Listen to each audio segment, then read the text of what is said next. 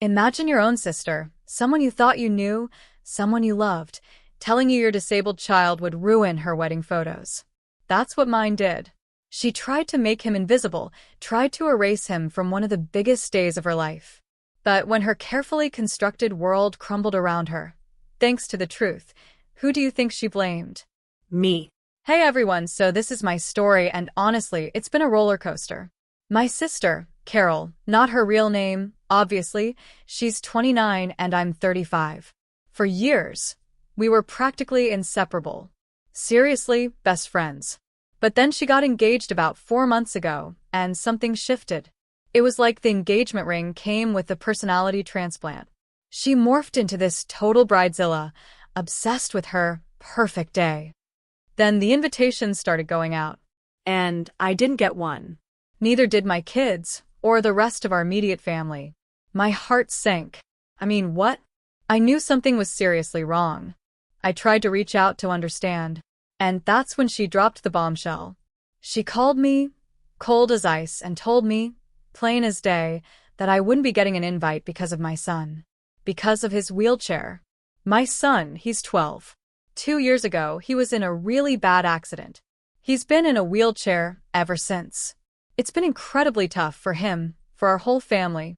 We're hopeful he'll walk unaided again someday, but until then, that wheelchair is a part of him. And I thought people, especially family, would understand that, respect that. But Carol? She just said she was concerned about how our wedding photos would turn out. Can you believe that? She actually believed my son, in his wheelchair, would ruin her precious pictures. My mind raced. I mean, the obvious solution? Just ask the photographer to not include him in certain shots, if it was that big of a deal to her. But even suggesting that felt demeaning, like I was validating her twisted idea. I was beyond shocked, beyond hurt. Honestly, my brain just went blank. So I told her as calmly as I could that I was completely fine with not being invited. And that was it. I hung up.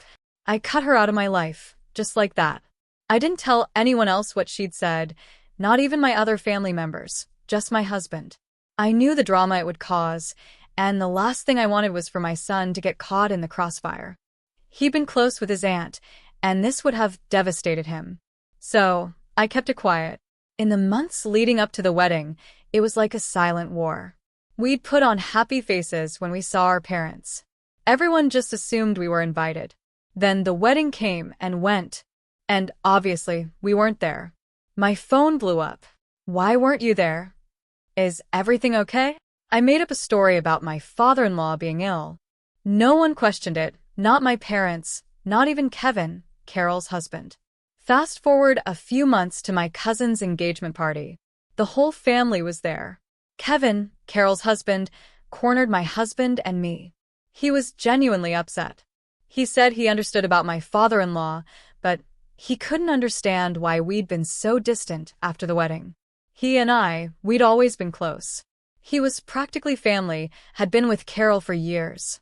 He was a sweet guy, and he looked genuinely hurt. He insisted something was wrong, and he deserved to know if he had done anything to offend us. My husband and I exchanged a look. Kevin deserved the truth. He deserved to know it wasn't him. So I took a deep breath and I told him everything. The phone call, Carol's words, the ruined pictures. I told him I'd kept it quiet to avoid drama, to protect my son.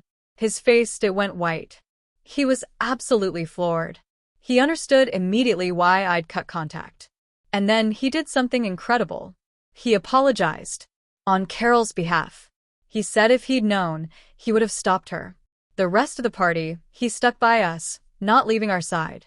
Carol shot me daggers from across the room, but honestly, I didn't care. Kevin was visibly disturbed. And who wouldn't be? I know I would be horrified if my partner treated their own family like that. I thought that was the end of it, but oh no. A few days later, my parents called. They'd found out the real reason I missed the wedding. They insisted they didn't want to get involved, but they wanted me to know Carol was expecting me to apologize. Expecting me to apologize. Because ever since I told Kevin the truth, he's been insisting she go to therapy. He thinks she's cruel, heartless even. They've been fighting nonstop because Carol still, somehow, believe she did the right thing. My parents said they weren't taking sides, but it felt like they were twisting the knife. They said Carol was blaming me, saying I sabotaged her marriage just to get revenge. Revenge? Seriously? My husband told me I had nothing to apologize for, but I needed to know if I was crazy. That call with my parents? It haunted me. They kept saying they weren't taking sides, but their actions screamed otherwise. So, I decided to confront them. I went over there, laid it all out. They initially denied everything, trying to play peacemaker, saying they just wanted their daughters to stop fighting. But it was all so transparent. If they wanted us to talk, why didn't they tell Carol to call me? I told them to be honest. And that's when the mask slipped. They admitted it.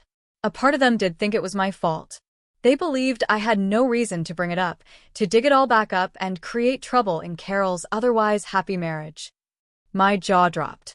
I had no intention of sabotaging anything, but hearing it from them, it stung deeply. Carol blaming me was one thing, but my own parents? The ones who kept harping about not taking sides? I lost it. I told them if this was what they truly thought, they were absolutely on Carol's side. I told them how insensitive it was, how they were completely overlooking the real issue. Their daughter's abhorrent behavior towards her own nephew.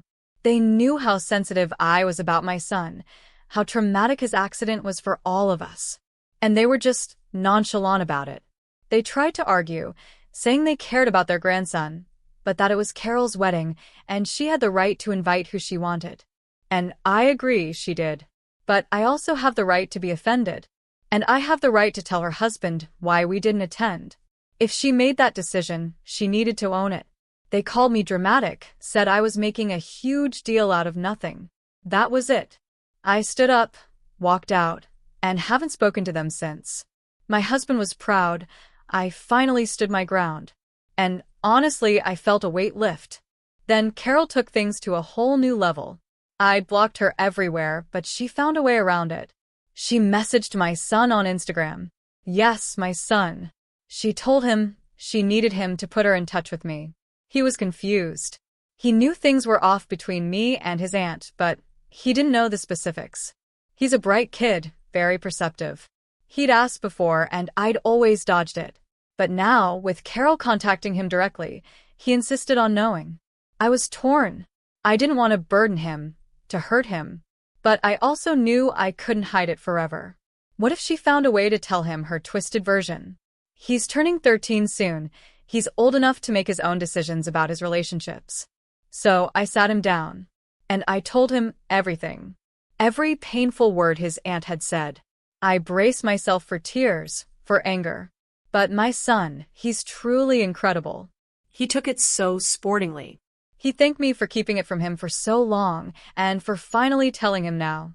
He said he understood why I'd blocked her. I checked on him constantly, worried he was putting on a brave face. But he's so mature. He said he prefers honesty, and that he's dealt with enough trauma for a lifetime, so this kind of petty behavior doesn't really faze him anymore. My heart just swelled. My husband and I, we raised him right. He knows he's loved, by us, by his sister, by his friends. He'll be okay. Just a few days ago, Carol showed up at my house. Unexpectedly. I immediately sent the kids to the neighbors. I didn't want them hearing anything ugly. The moment they were gone, she started, accusing me of being vindictive, petty, of sabotaging her marriage. She said Kevin refused to talk to her until she went to therapy, that he was actively avoiding her. Honestly, I thought, good for him. I let her vent, then I told her, none of this is my fault, Carol. You did this. If you had just been a good person, you wouldn't have to worry about your actions. Your guilty conscience is what you're projecting onto me. I expected a fight. I was ready for it. But then she just broke down. Right there, on my couch. Sobbing. My husband and I were stunned. This wasn't the raging bridezilla. This was a broken woman. Eventually, I sat beside her. Didn't say anything, just let her cry. And then she started apologizing. Said I was right. Said she realized how insensitive and disrespectful she'd been. The real kicker? Kevin had put their plans to have a baby on hold indefinitely. He told her he couldn't trust her to be a good mother if she could be so heartless to her own nephew. That's what had shattered her. She'd been ready for motherhood, excited. Now, it was all on hold until she got help. She admitted she'd been trying to find a scapegoat, and I was it. But the more she thought, the more she realized there was no one to blame but herself. She was truly sorry. My husband and I just looked at each other. We forgave her. But we also gently, firmly told her she really did need therapy. Her behavior had been disturbing. Maybe Kevin was right. Maybe she wasn't ready to be a mother. It was harsh, but it was true. She cried more, and this time, I did console her a little. But as she left, I told her I still needed distance. I wasn't over it all yet. She understood. I don't know what the future holds for us, if we'll ever be as close as we once were. But for now, I'm okay. My parents? Still no contact. I've realized their not taking sides was always just a subtle way of picking Carol's. They always expected me, the older sister, to be the forgiving one, to make sacrifices. Not anymore. My family, my husband, and my kids, they are my priority. Anyone who disrespects my son disrespects me. And my son? I told him Carol apologized. He just shrugged. Said it didn't really matter whether she apologized or not, because he wasn't going to let it affect him either way. He's fine, truly fine. It's been 3 years since all of that. And guess what? My son is now walking with crutches. It's incredible. Slow, but steady progress. We're overjoyed.